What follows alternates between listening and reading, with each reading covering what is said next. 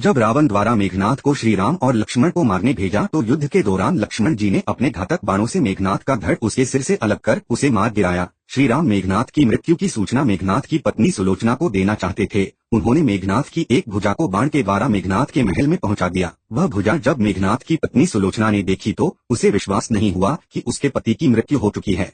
उसने भुजा से कहा, अगर तुम वास्तव में मेरे स्वामी की भुजा हो तो मेरी दुविधा को लिखकर दूर करो। सुलोचना के इतना कहते ही भुजा हरकत करने लगी। तब एक सेविका ने उस भुजा के हाथ में खड़िया लाकर रख दी। उस कटे हुए हाथ ने आंगन में लक्ष्मण जी के प्रशंसा के शब्द लिख दिए। अब सुलोचना को विश्वास हो गया कि युद्ध में उसका पति मारा गया है। सुलोचना इस समाचार को सुनकर रोने लगी। फिर वह रथ में बैठकर रावण से मिलने चल पड़ी। रावण को सुलोचना ने मेघनाथ का कटा हुआ हाथ दिखाकर अपने पति का सिर मांगा। सुलोचना रावण से बोली कि अब मैं एक पल भी जीवित नहीं रहना चाहती, मैं अपने पति के साथ ही सती होना चाहती हूँ। तब रावण ने कहा, पुत्री 4 घड़ी प्रतीक्षा करो, मैं मेघनाथ का सिर लेकर आता हूँ। लेकिन सुलोचना को रावण की बात पर विश्वास नहीं हुआ। तब सुलोचना मंदोदरी के पास गई। तब मंदोदरी ने कहा, तुम श्री राम के पास जाओ, वह बहुत कृपालु और दयालु हैं।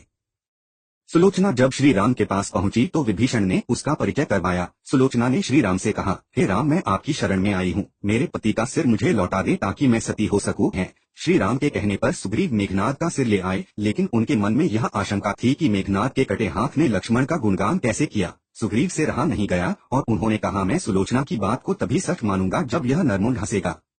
सुलोचना के सतीत्व की यह बहुत बड़ी परीक्षा थी। उसने कटे हुए सिर से कहा, हे स्वामी, जल्दी हंसिए, वरना आपके हाथ ने जो लिखा है उसे ये सब सत्य नहीं मानेंगे। इतना सुनते ही मेघनाथ का कटा सिर जोर जोर से हंसने लगा। इस तरह सुलोचना अपने पति का कटा हुए सिर लेकर चली गई।